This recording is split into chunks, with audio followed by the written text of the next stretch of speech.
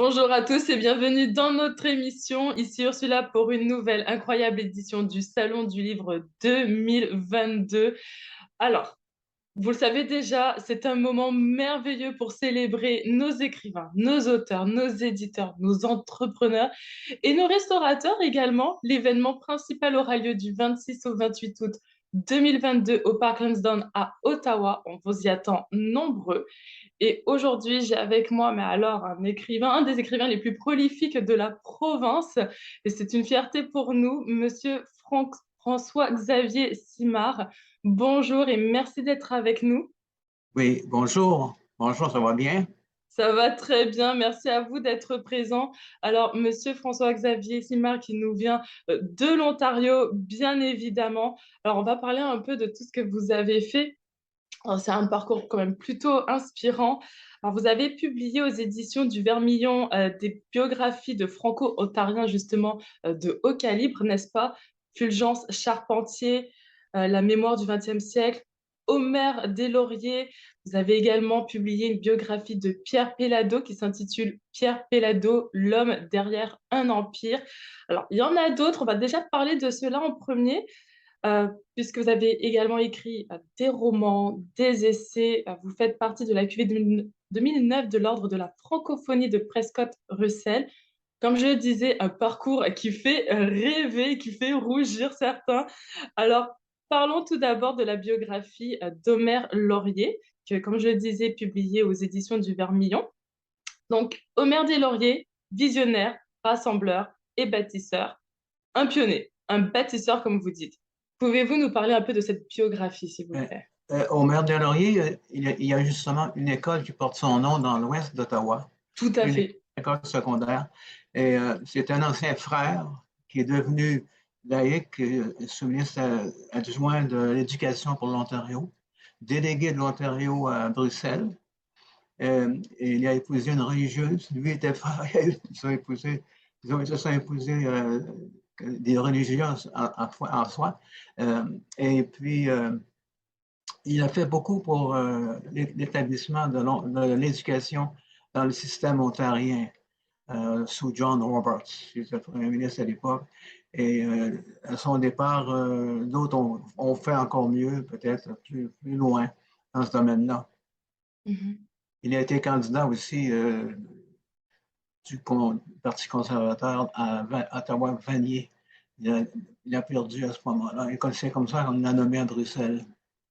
Il vient d'Hawkesbury, en fait. Il y a plusieurs auditeurs d'Hawkesbury. Il a fait ses études à Rome aussi, en droit canon, quand il Mhm. était religieux. Et enfin, tout le livre, il y a peut-être 250, 300 pages, porte sur lui. C'est une commande. C'est une commande de sa veuve, et Nora, et qui m'a appelé pour me dire, bon, Monsieur Simard, vous avez fait beaucoup Mhm. de choses dans ce domaine-là, pourriez-vous. Mon mari Omer a laissé derrière une vingtaine de caisses d'archives à Toronto, Wow. ça. Il vivait à Toronto. Alors, j'ai dû aller beaucoup là-bas. Et il faut dire que je dépouille les archives. Euh, Beaucoup de discours vraiment intéressants qu'il a fait sur ses 30 ans de carrière. Je dois dire que c'est un monsieur assez exceptionnel qui fait rage sont dans les années 80, même Mhm. 70. L'ACFO aussi, il était président de l'ACFO. C'est l'association parapluie de l'Ontario français pour les francophones, ensuite, etc., etc. Alors, c'est comme ça que ça s'est fait. Waouh, je trouve ça magnifique que, comme vous le dites, Saveur vous a fait confiance à votre plume déjà reconnue pour justement parler de son histoire et de l'impact qu'il a eu justement au Canada et dans la province. Oui. Et en étranger un petit peu. Pendant Oui. 5, 6 ans en Belgique, il a couvert la Belgique et le marché commun à l'époque à partir de Bruxelles. Et ils ont beaucoup reçu, lui et sa femme Laurent, beaucoup de reçus de ministres, des François-Xavier Simard. Mais oui, n'est-ce pas? Waouh. C'était un vrai motel chez eux, dans le cœur de Bruxelles, etc., etc. C'était vraiment intéressant. Euh, le livre sur un autre franco-ontarien, j'ai consacré 1000 pages. c'est sur Fulgence Charpentier, qui a- Parlons-en. ok, il est mort à 103 ans, mais en forme. Et puis, il a vécu tout le 20e siècle comme ambassadeur, comme journaliste. Mhm. Et il est maintenant citoyen d'honneur de la ville d'Ottawa. Dans une belle réception à son honneur. Il, c'est un monsieur qui a fait beaucoup pour la fonction publique. Il était dans l'ordre de Jacques Cartier, qui avait pour objectif de trouver, embaucher des francophones à l'époque, dans les années 20, 30. Et il était membre, et puis il a contribué à faire avancer la carrière de beaucoup de gens Mhm. francophones dans l'appareil fédéral, disons, dans les années 20, 30, qui étaient pleine, pleine d'anglophones. C'était pratiquement à 90%. Donc, vous voyez qu'aujourd'hui, il a fait sa part, peu de gens, Charpentier a fait sa part, et puis ça a avancé. Là, on est maintenant à peut-être 30, 70 ou 35. Ouais. Et donc, il a fait beaucoup aussi, comme premier ambassadeur en Afrique équatoriale en 62, lors de la décolonisation de la France en Afrique.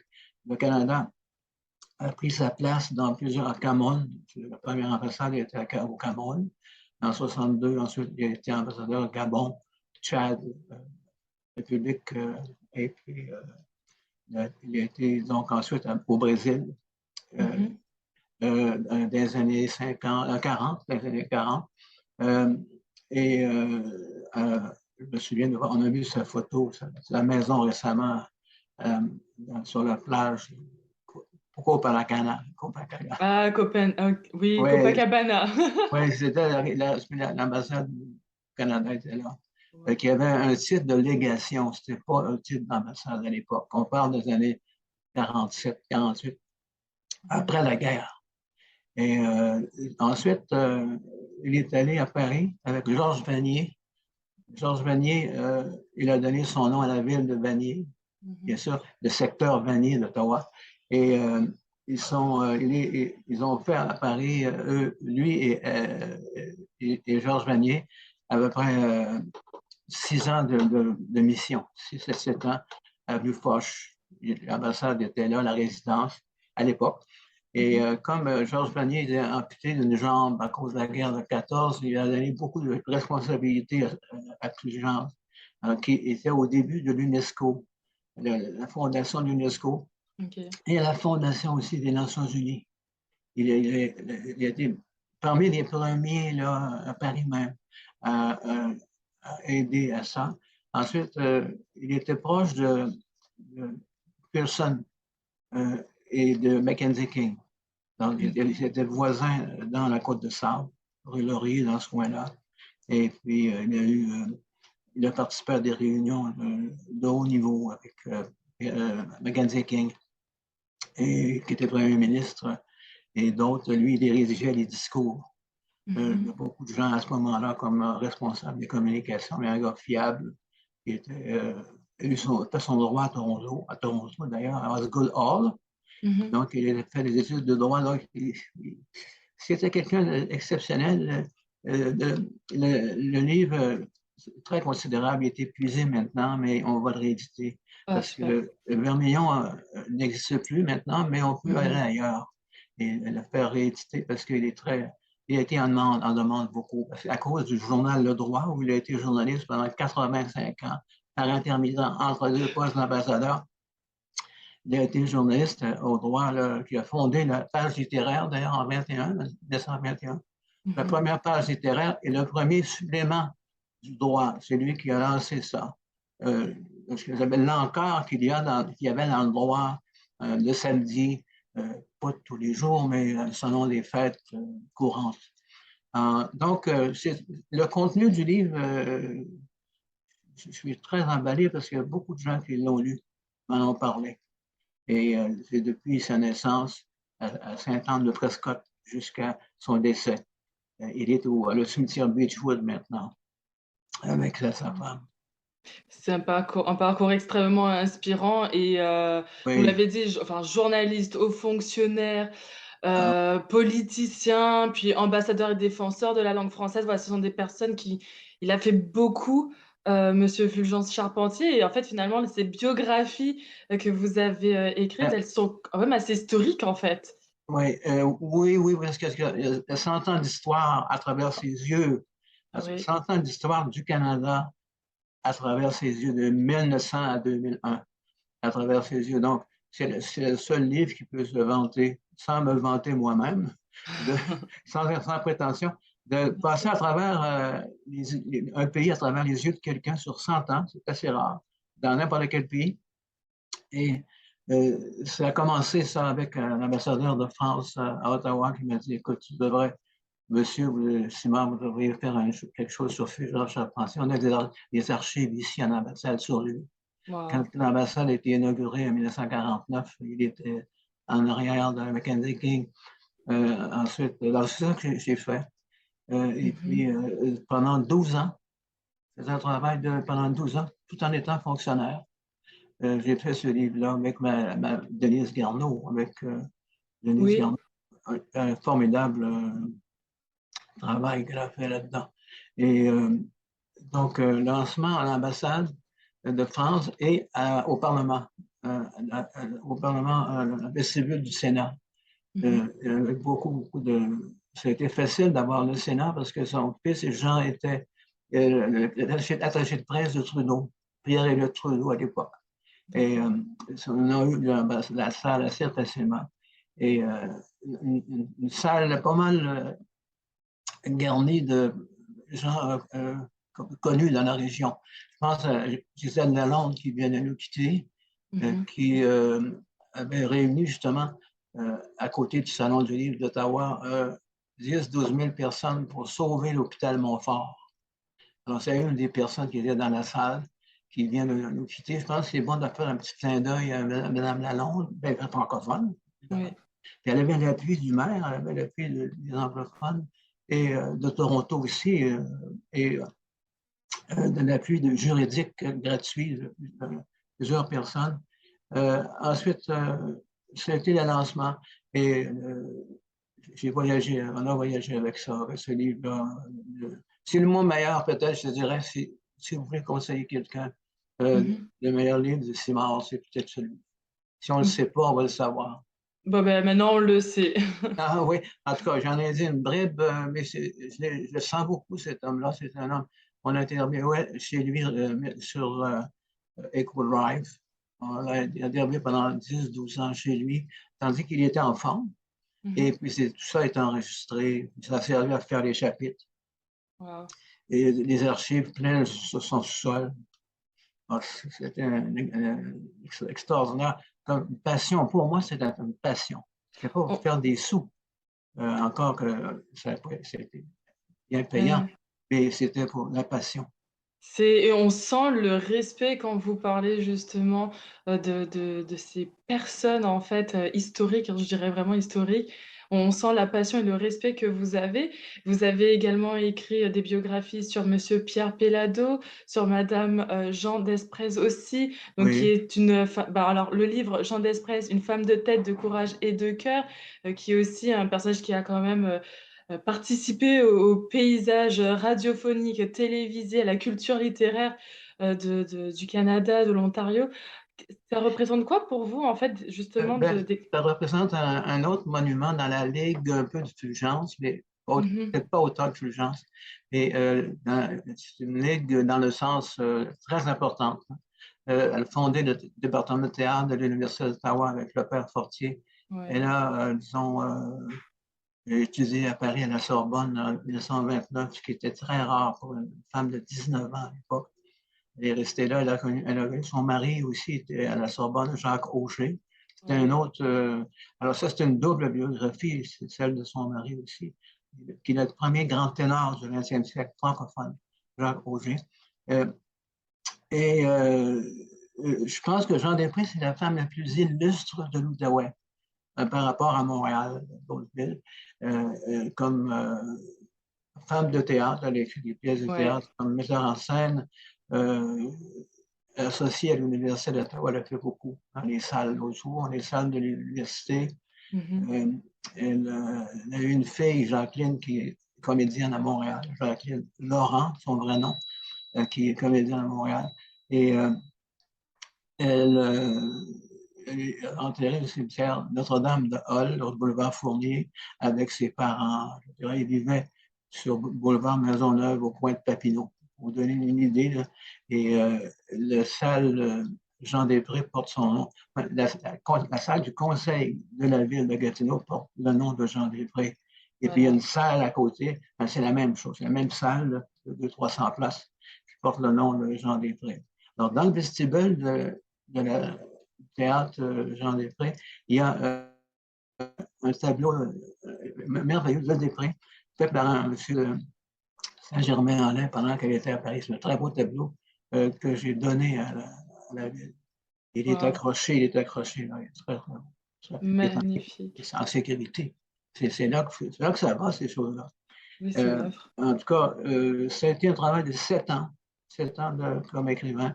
Beaucoup de voyages à Montréal. J'ai interviewé pas mal de monde à Montréal. Janine Suto, on parle des années 80.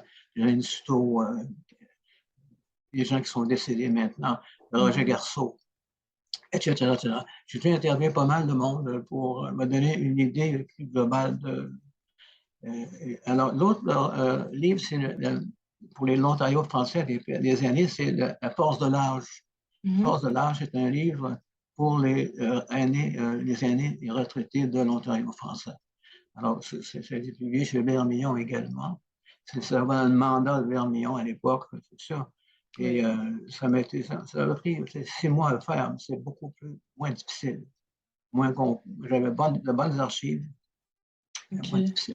Et pour ce qui est des romans, je me considère plus comme romancier, mais je ne voudrais pas enlever la valeur des biographies. Et je suis quelqu'un qui a fait 5 romans. Et puis, le premier, Minenka, M-I-L-E-N-K-A, c'est probablement le plus important. Oui, D'un point énorme. de vue personnel, c'est l'histoire d'un chagrin d'amour dans l'adolescence. Et puis, on peut aimer très fort à 15 ans. Alors, ces deux premiers, c'est vaguement, assez biographique. C'est une très belle histoire d'ailleurs, vraiment écrite tout en douceur, comme vous dites, qui mélange amour, sensualité, il y a Oui, beaucoup de charme. Enfin, c'est vraiment écrit avec douceur et on apprend vraiment beaucoup. oui. C'est très Et, intéressant, Milanka. euh, donc, euh, beaucoup de dialogues. J'ai commencé à apprendre beaucoup. J'ai vu les dialogues de Stendhal, le grand écrivain français. Il fait beaucoup de dialogues. Et j'ai dit, quand il faut que je m'adapte un peu à ça. Alors, on m'a dit que je faisais de bons dialogues. Les dialogues action. Hein. Ça fait Oui, des livres très vivants, des romans très vivants. Donc, je suis un petit peu spécial de ce point de vue-là. Et un roman, le deuxième encore plus important, c'est Papa, qui est l'histoire de la relation père-fils dans une famille à Canada. Et ça se termine à Vancouver, mais à Vienne, elle voyage beaucoup. Sa mère est pianiste de concert, alors ça peut penser connue internationalement. Et donc, c'est toujours inspiré du vécu, hein, vous avez remarqué. Mais, mais justement, vous vous ouais, inspirez beaucoup de l'histoire de faits réels et de personnes réelles, en fait. Et c'est ça oui, qui est très intéressant. oui, j'essaie d'écrire, euh, j'aimerais lire comme si j'étais un lecteur. Mhm. Et puis, ça m'aide beaucoup dans l'autobiographie. Ça donne ma vision du monde en même temps. Et là, je suis en train d'écrire un roman euh, qui s'appelle La dernière chance. Alors, ça va sortir en 2023 à Montréal. Et Très bientôt. oui, et je le fignole en ce moment, en fait. Il est écrit, mais je le fignole. Un court roman de 150 pages, très punché. Ça, je Mhm. peux vous dire ça. Et ça, c'est l'histoire de ma cousine qui était bipolaire. Donc, j'ai Mhm. commencé avec les origines de la bipolarité, et sa naissance, son adolescence, comment elle était malheureuse, angoissée. Elle voulait se jeter en bas du pont de Québec. Ok. Tellement elle était angoissée, une tentative de victime, Mhm. tentative de suicide. Mhm. Et finalement, elle rencontre un homme qui la sauve, qui la sort de là. l'amène chez lui à Cap-Rouge. Il a 25 ans de plus qu'elle. Et c'est une maturité. C'est comme ça qu'à la dernière chance, qu'elle a été sauvée. Waouh, magnifique Pas histoire. par sortir à gauche et à droite les femmes et les hommes, et par la tendresse que l'homme lui donnait. Il lui demandait rien. Un ancien militaire veuf, assez OK. très à l'aise. Et il lui a permis une maison, sa chambre. Il était un peu psychologue aussi, hein. Ça a OK. aidé beaucoup la bipolarité. C'est Bah, voilà. un sujet d'actualité, hein. C'est un sujet d'actualité, tout à Vraiment, fait. Donc, quelque vraiment. chose un livre qui va pouvoir aider, de nombreuses personnes aussi. C'est la magie un peu de vos livres, en fait, c'est historique, éducatif, Oui, c'est un bon c'est mot, ça, oui, éducatif, oui. donc ouais. Sans être prétentieux pour autant. Moi, j'ai fait un doctorat en littérature française à la Sorbonne. Pendant 7 ans, j'ai vécu à Paris, j'ai fait un doctorat, il a été accepté et tout. Et c'est une formation un peu qui m'a aidé. À un moment donné, j'ai rêvé dans les cafés de Saint-Germain-des-Prés. Je me suis dit, il faut que j'écrive des romans à mon retour au pays. Et puis, c'est ça que j'ai fait. Puis j'ai aussi découvert que la plus grande sagesse, c'est la, la créativité. Ah, c'est Il très faut joli. qu'au-delà de tout ça, l'auteur doit être créatif. Oui. Et c'est vraiment, c'est rare. Il faut C'est vraiment c pas c'est me vanter quel encore là, parce que je ne suis pas mécanicien, je ne suis pas, disons, un grand dans les grands. ah, mais vous pouvez être fier de votre parcours quand même. Vous avez été quand même très Vous êtes fine de dire ça. c'est vrai. Donc, j'ai fait aussi un coffret de 3 romans autrichiens comme titre.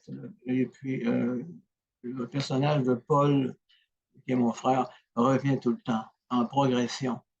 Alors, je ne l'apporterai pas au Salon du livre d'Ottawa, mais j'en ai quelques exemplaires ici.